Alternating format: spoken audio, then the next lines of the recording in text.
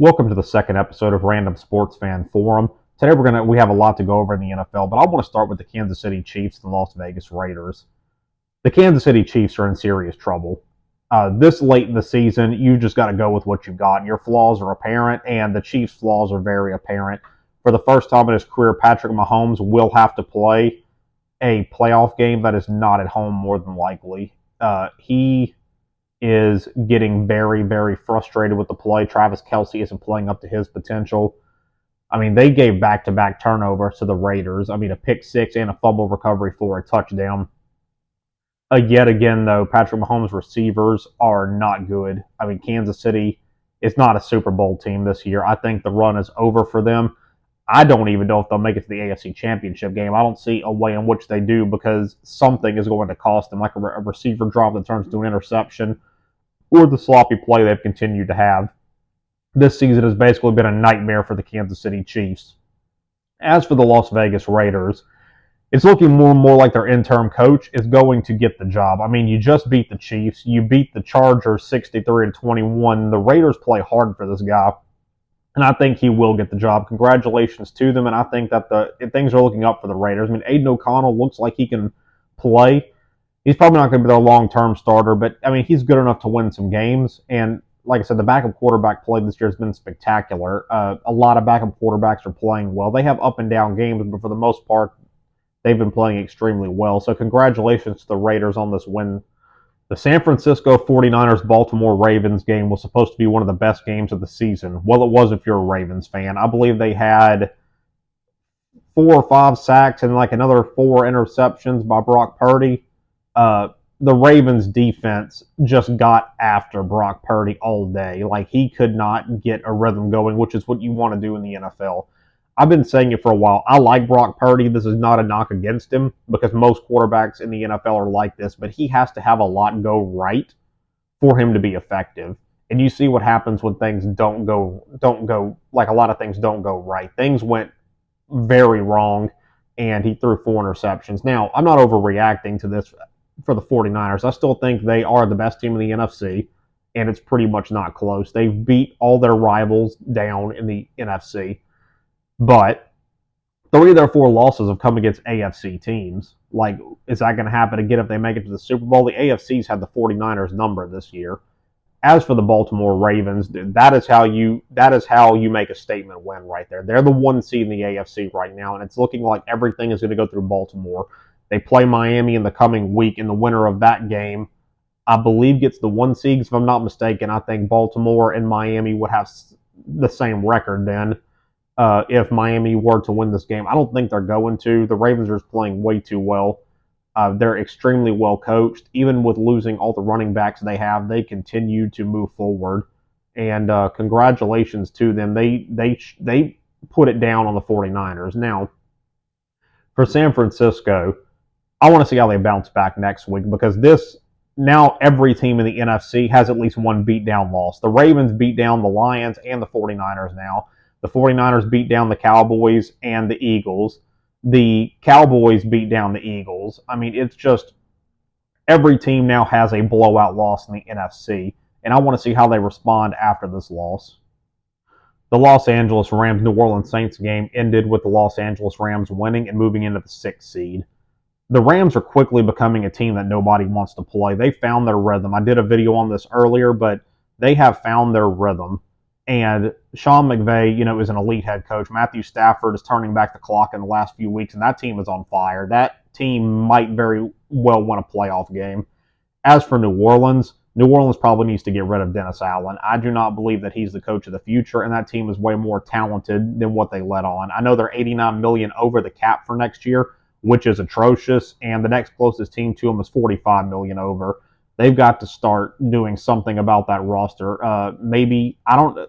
They're in a weird position because a rebuild is not something they should do because they're talented enough to win the NFC South, but at the same time, they are in a very bad salary cap situation. So I don't know where they go for here. I just don't think Dennis Allen is the guy. They should be running away with that division, and they're not. The other big game of the week was the Dallas Cowboys and the Miami Dolphins, and this game lived up to expectations. Both teams played incredibly sloppy in this game. Miami came away with a 2-point win. Jason Sanders was 5 for 5 on field goals, and he hit his extra points as well. I mean, he basically almost single-handedly won this game for Miami, and there's nothing you can really do when the kicker's on, and you can't really stop it. This game was played in bad weather conditions. Again, this was the second week in a row Dallas has faced rain in a game. They played a lot better in this game than they did in Buffalo, or at least, they played hard, didn't give up. They took a lead late, and they kind of just penalties killed them again. Damone Clark with a face mask that gave the Dolphins a 15 yards on that last drive. I basically knew it was over at that point because they only needed to move the ball about another 15 yards to be in field goal range, as Sanders had already hit a 57-yard field goal to begin with. One thing I did like that Dallas did, though, was running their fullback. I'd been wondering all season why they hadn't. Well, he fumbled on the half-yard line. That should have been an easy touchdown on an amazing opening drive. For Miami played good enough to win. I'm not going to say they exposed Dallas's bad or backup offensive line, but they kind of did. I mean, on one of these plays, whoever number 71 is for Dallas just completely missed a block. Number 2 for Miami just came straight through untouched and got a sack on Dak Prescott. It was obvious to me that when Dallas's starting offensive linemen are out, they're in trouble. Like Tyron Smith didn't play, Zach Martin played hurt, and it was apparent in this game that they need either some quality depth or they need to look to draft another tackle in this year's coming draft. As for Miami, though, Mike McDaniel, though, continues to impress. He is a Coach of the Year candidate.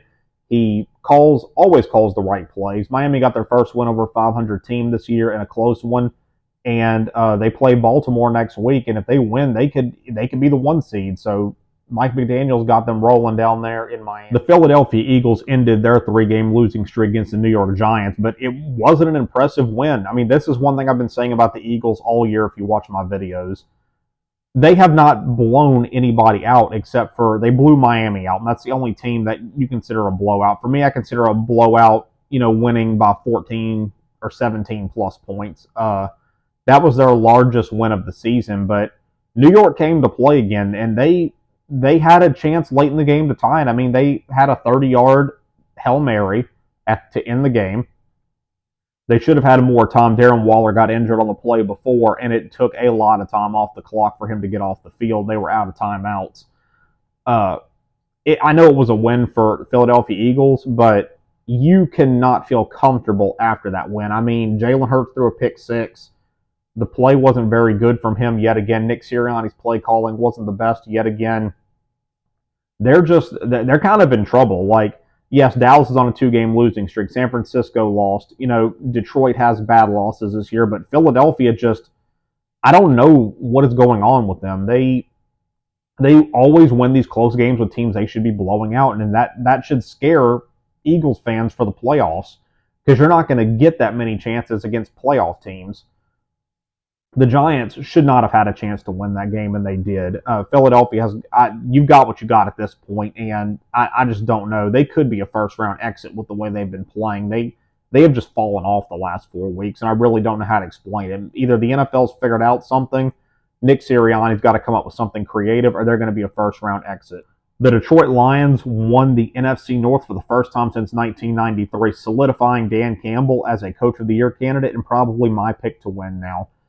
I want to start by saying congratulations to Detroit. They have built that team from the ground up. Dan Campbell, when he first got hired, everybody was like, oh, this is going to be a terrible hire. His first interview was bad, but he is a coach that people want to play for. He is a guy that people want to run through a brick wall for. Ben Johnson has solidified that he's going to be the best head coaching candidate of this coaching cycle. Detroit can get out there and make some noise. They can score. That offense can score a lot of points. The defense is still a little lacking, but that's okay. When you come to the playoffs, anything can happen. And I am happy to say that I get to see the Lions doing well. I hate when teams do bad for a long time, and I'm really glad that they're doing good. I'm glad they found some star receivers, star running backs. Jared Goff is playing really well. They've got a young defense that's growing. Their coaching is phenomenal. Like, the Lions finally figured it out, and I'm glad for them. I think that, they're probably going to win a playoff game or two. We'll see, and just congratulations to them for winning the North for the first time since 1993.